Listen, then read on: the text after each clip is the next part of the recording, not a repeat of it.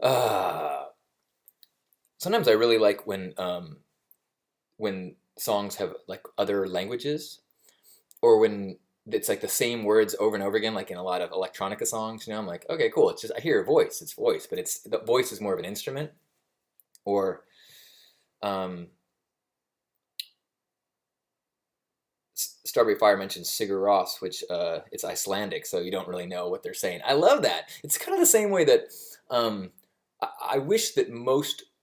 Well, this is probably too much information, but I find that like in yeah, definitely too much information. In porn, I find that the dialogue and the words to be incredibly distracting.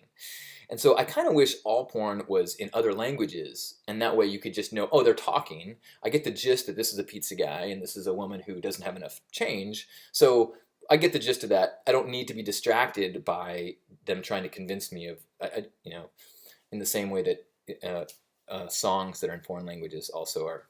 Okay, maybe that's a poor parallel. Although foreign bands who sing naked while recording themselves having sex, that's like the sweet spot for me. That's what I call entertainment.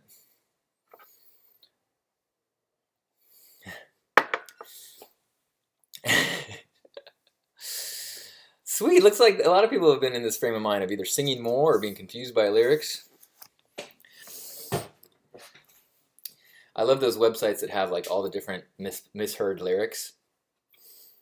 I saw another website that was misspelled names on Starbucks cups. It was a whole website of misspelled names on Starbucks cups. Very funny. Maybe search for that if you want to check it out. So in fact, I think that some of them, it's like it's got to be the baristas, like it's their art form, because there's no way people would actually write Aaron AIR-N and things like that. But it's very funny. Uh, Look, Varden only hears the vocal part too as a musician. Good to hear that. Patience Pie said, "I always want to be a comedian, but you can never remember jokes." That's something that I struggle with. I'm going to be careful about my story. In the past, I've had challenges with memorization. When I did the TED Talk, or the TEDx talk, that was the first time I really like practiced something long enough that I could get it, you know, mostly memorized. Not totally memorized because I like to be able to be in the moment, but it was mostly memorized. And that was and I realized, holy crap, if I really put the energy into it and the time into it, then it actually works out pretty well. But then again, it also tends to work well when I go by the seat of my pants too. Seat of my pants, seat of my pants. It's like having an armful of ants. Okay, but someone mentions Ramenstein. That's a good idea. A perfect example. Um, where was I going with that? Oh, that you know, realizing that comedians and musicians and vocalists and singers, you and actors too, you gotta memorize. And one of the reasons why I've never even looked into acting is because I have a story about I'm bad at memorizing things. Now, the bummer is that that's reinforced by my horrible memory that I'm reminded of all the time. In fact, Belicious told me last week, she said, "It's great, your terrible memory really works in our favor because there are certain things that I do that annoy you, and every time it comes up, you think it's the first time you've noticed it because you forgot about the last time you mentioned it." Oh, isn't that romantic?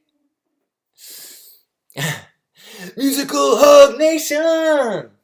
It's not about inebriation, except we're drunk on love. It's raining from above. Inspiration of nation. Okay, that's what happens when you don't practice. Um, uh, so we're starting a band. It's called the Hug Nation Review, and we need a beatboxer, a flautist, a penis, and a pianist. Okay, it's an open call, so if you want to be in the band, just let me know. And if you don't think you're talented enough to be in the band, then you got to drop that story. but you still got to practice. Practice is a theme that came up over the weekend too. It's not something I've mentioned much recently, but practice is one of those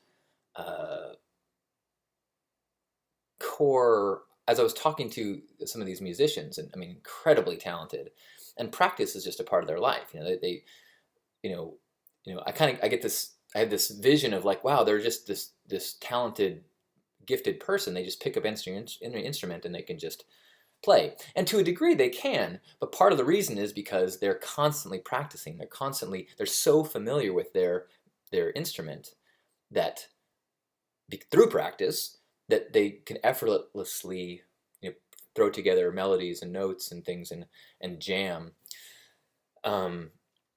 Which is, I guess, is kind of the way, like when I hang out with my brother and we're just riffing and being funny with each other, it's kind of like that. If someone practiced a musical instrument as much as I practice rambling and being silly and talking, same way that I guess I jam with a fellow word artist.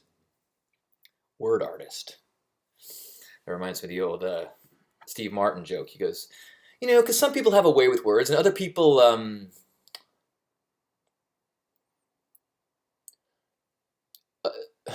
not have way. Ba-dum-bum.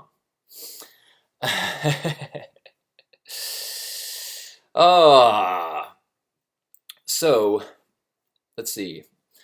Other things happened this week. We did First Saturdays was this last weekend. And I have yet to get updates from the other groups, but the San Diego First Saturdays was the largest gathering we've ever had.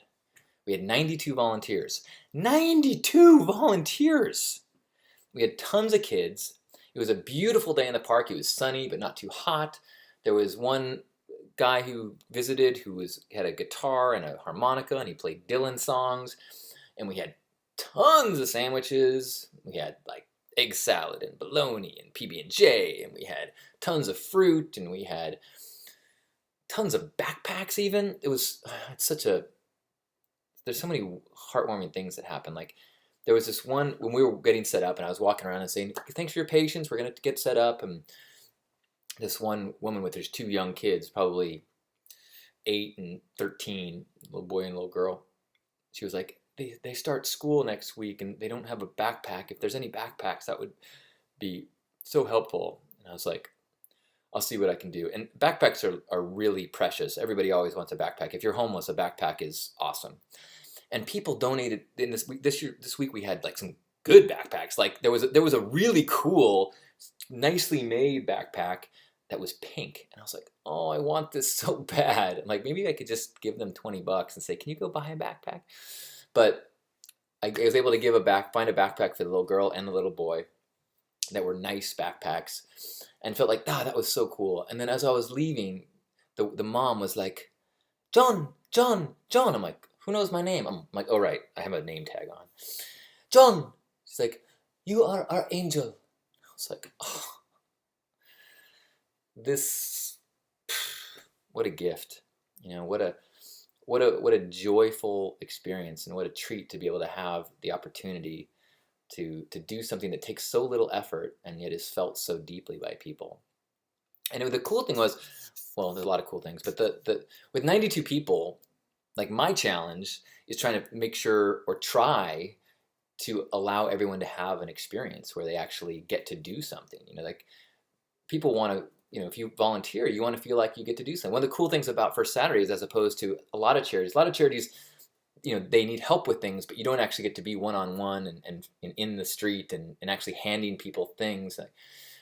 And so, but I think we did a really good job, and the vast majority of the volunteers really had a good experience, and a lot of people came up to me and said, we'll be back, we're going to be back, I'm like, okay, well, if you all come back and bring friends, I don't know what we're going to do. Maybe I don't know. But the truth is that just getting together, 92 people, and looking around the circle and seeing all of these children and faces of people who have taken time out of a Saturday because they want to be giving, even if we never made it to the park to give things away, like that awareness is just, that can change your whole week.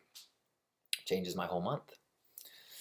So I felt good that so many people had a magical experience.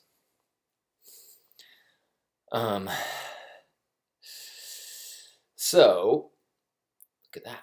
We've got a little bit of time in the chat room. If you've got something on your mind, or something in the news, or something that you're struggling with, or a friend is struggling with, and you would like me to riff on some topic, please share that in the chat room, and we will see where people's heads are at,